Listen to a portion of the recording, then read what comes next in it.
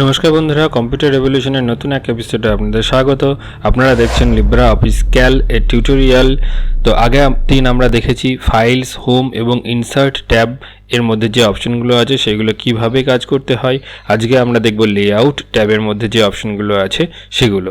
প্রথমেই চলে আসি ফরম্যাট পেজ। ফার্স্ট যে অপশনটা আছে ফরম্যাট পেজে যদি আপনি ক্লিক করেন তাহলে এখানে দেখবেন অর্গানাইজার, তারপর আছে পেজ। আপনি পেজ অপশনে গিয়ে আপনি page সাইজটাকে A3, A4, A5, A6 বা লিগ্যাল বা লেটার এই সমস্ত করতে পারেন। পেজ উইথ এবং পেজ হাইটটাকে আপনি এখান থেকে চেঞ্জ করতে পারেন। এরপর আছে পেজ ওরিয়েন্টেশনটা পোর্ট্রেট বা ল্যান্ডস্কেপ করাই যায়। দেখুন এখানে এই ছবিটা ল্যান্ডস্কেপ হয়ে গেল। আমি যদি পোর্ট্রেট করি তাহলে পোর্ট্রেট হয়ে গেল। এরপর আছে মার্জিনগুলো আপনি প্লাস মাইনাসের মাধ্যমে খুব সহজেই আপনি মার্জিনটা বাড়া কমা করতে পারবেন। এবং এখানে টেবিল অ্যালাইনমেন্ট আছে। টেবিল অ্যালাইনমেন্টটা দেখুন এই কোণে একটা টেবিল দেখাচ্ছে। আপনি যদি এটা হরাইজন্টালি করেন তাহলে টেবিলটা ঠিক মাঝখানে প্রিন্ট হবে, এবং যদি ভার্টিক্যালি করেন তাহলে একদম পেজের মাঝখানে চলে আসবে। আপনারা যখন কোনো জিনিস প্রিন্ট করবেন তখন অবশ্যই এই দুটোকে চেক করে রাখার চেষ্টা করবেন। যদি চেক করে রাখেন তাহলে ঠিক পেজের মাঝখানটাতে আপনার যে লেখা আছে সেই লেখাটাই প্রিন্ট হবে, কোনো সাইডে কিন্তু প্রিন্টটা হবে না, তাতে কিন্তু দেখতে সুন্দর লাগবে। এবার আপনি এখান থেকে পেজ নাম্বার সিলেক্ট করতে পারেন। ধরুন এখানে যদি মাল্টিপল পেজ হয় তাহলে পেজ 1, 2, 3, 4 করে পেজ নাম্বারগুলো পরপর চলে আসবে। নেক্সট যে ট্যাবটা আছে সেটা হচ্ছে বর্ডার ট্যাব। আপনি এখান থেকে খুব সহজেই বর্ডার অ্যাড করতে পারেন, এবং এখানে বিভিন্ন রকমের লাইন আছে। দেখুন ডবল লাইন, ট্রিপল লাইন, আপনি বর্ডার যেমনভাবে ইচ্ছে আপনি এখানে ডট ডট দিয়ে কিছু লাইন আছে সেগুলোকেও আপনি বর্ডারে অ্যাড করতে পারেন। এবং তারপর যে লাইনটা অ্যাড করলেন তার কালারটা আপনি এখান থেকে চেঞ্জ করতে পারেন, যে কোনো কালার আপনি এখান থেকে পিক করতে পারেন। নেক্সট যে ইউজফুল যেটা আছে সেটা হচ্ছে ব্যাকগ্রাউন্ড। আপনি ডকুমেন্ট ব্যাকগ্রাউন্ডে কোনো কালার বা কোনো ইমেজ আপনি এখান থেকে সিলেক্ট করতে পারেন। এবং তারপর আছে হেডারটা জেনারেলি অফ থাকে। আপনি হেডার অন করলে হেডারে কিছু লেখা আপনি অ্যাড করতে পারেন। একই রকমভাবে ফুটার আছে। আপনি এখান থেকে ফুটারের যে মার্জিনটা বাড়া কমা করতে পারেন, বা এটা যদি ফুটার করে যদি ওকে করেন তাহলে আপনাকে ফুটারে কিছু লেখার জন্য অপশন দেবে, সেখানে আপনি ফুটারে লিখতে পারেন, প্রত্যেকটা পেজেই সেই লেখাটা চলে যাবে। নেক্সট হচ্ছে সিট হচ্ছে যদি একাধিক সিট আসে তাহলে এটা কিভাবে প্রিন্ট হবে। এই যে অ্যারো দেওয়া আছে এই অ্যারো অনুযায়ী প্রিন্ট হবে। এটাকে যদি আপনি চেঞ্জ করতে চান তাহলে লেফট টু রাইট করলে কিন্তু এরকমভাবে পরপর প্রিন্ট হবে।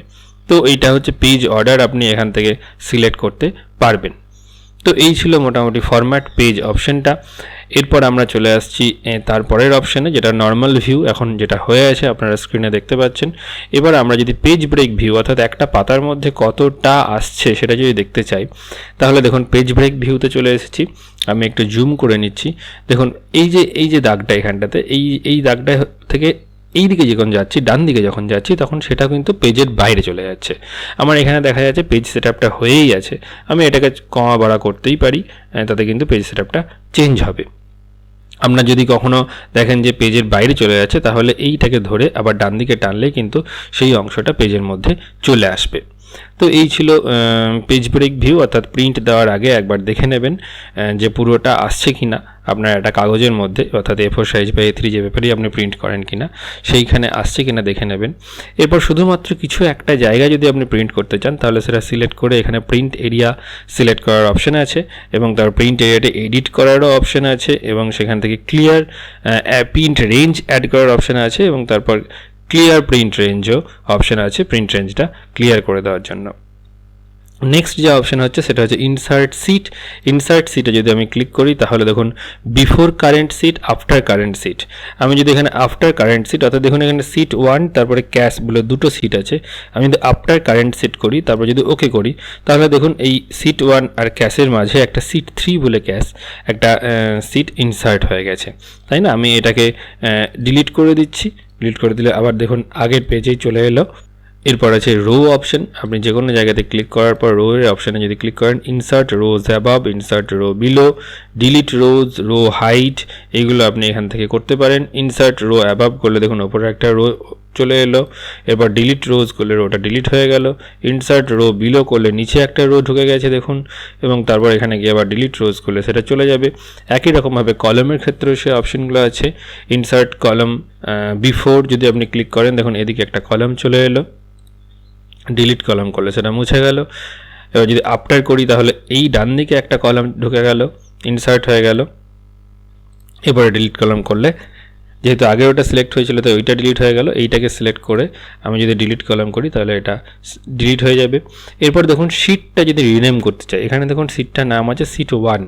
আমি যদি এটাকে করতে চাই অন্য কিছু XYZ নাম করতে চাইছি, তাহলে XYZ করে ওকে করলে দেখুন শিটটা এখানে XYZ নাম হয়ে গেল। এবার এই শিটটা আমি হাইড করতে চাইছি, তাহলে জাস্ট এই শিটটা এখন সিলেক্ট হয়েই আছে, আমি জাস্ট হাইড শিট করছি, দেখুন শিটটা হাইড হয়ে গেছে। এরপর যদি আমি এটাকে শো করতে চাই তাহলে এখানে শো শিটে ক্লিক করার পর দেখুন অপশন দিচ্ছে কোনটা হাইড হয়ে আছে, জাস্ট ওটা সিলেক্ট হয়েই আছে, আমি ওকে করে দিচ্ছি, দেখুন শিটটা আবার এখানে চলে এসেছে। এরপরে আসছে স্প্রেডশিট থিম। এখানে এই থিমে যদি আমি ক্লিক করি তাহলে এখানে বিভিন্ন রকম থিম দেখাচ্ছে। আপনারা, আমি এটা নর্মাল ভিউতে যাই তাহলে থিমটা দেখাতে আপনাদের সুবিধা হবে, আমি নর্মাল ভিউতে ক্লিক করলাম। এরপরে গিয়ে আমি যাচ্ছি স্প্রেডশিট থিমে। স্প্রেডশিট থিমে গিয়ে এই ডান দিকের যে সাদা অংশটা একটু খেয়াল করবেন, আমি যখন ক্লিক করছি দেখুন এখানে ঘরগুলো সব চলে গেল, একটা হালকা পিঙ্কিশ কালার এখানে চলে এসেছে। এরপর নিচেরটা ক্লিক করলে দেখুন এখানটাতে ব্লু হয়ে গেল, অর্থাৎ আমি থিমটা এখান থেকে চেঞ্জ করতে পারি, বিভিন্ন রকমের থিম কিন্তু আমরা এখানে করতে পারি। তো এই ছিল স্প্রেডশিট থিম। সিট ইভেন্ট, এখান থেকে আমরা কোনো ইভেন্ট সিলেক্ট করতে পারি, এখান থেকে ম্যাক্রোজ অ্যাড করতে পারি। তো এই নিয়ে ডিটেলসে কোনো একদিন আলোচনা করা যাবে। আর এই লাস্টে যেটা আছে লেআউট, এখান থেকেও কিন্তু আপনি এখানে ইনসার্ট করতে পারেন, ডিলিট করতে পারেন, অ্যাড করতে পারেন, রো ব্রেক অ্যাড করতে পারেন, কলাম ব্রেক অ্যাড করতে পারেন, বা পেজটা ফরম্যাট করতে পারেন।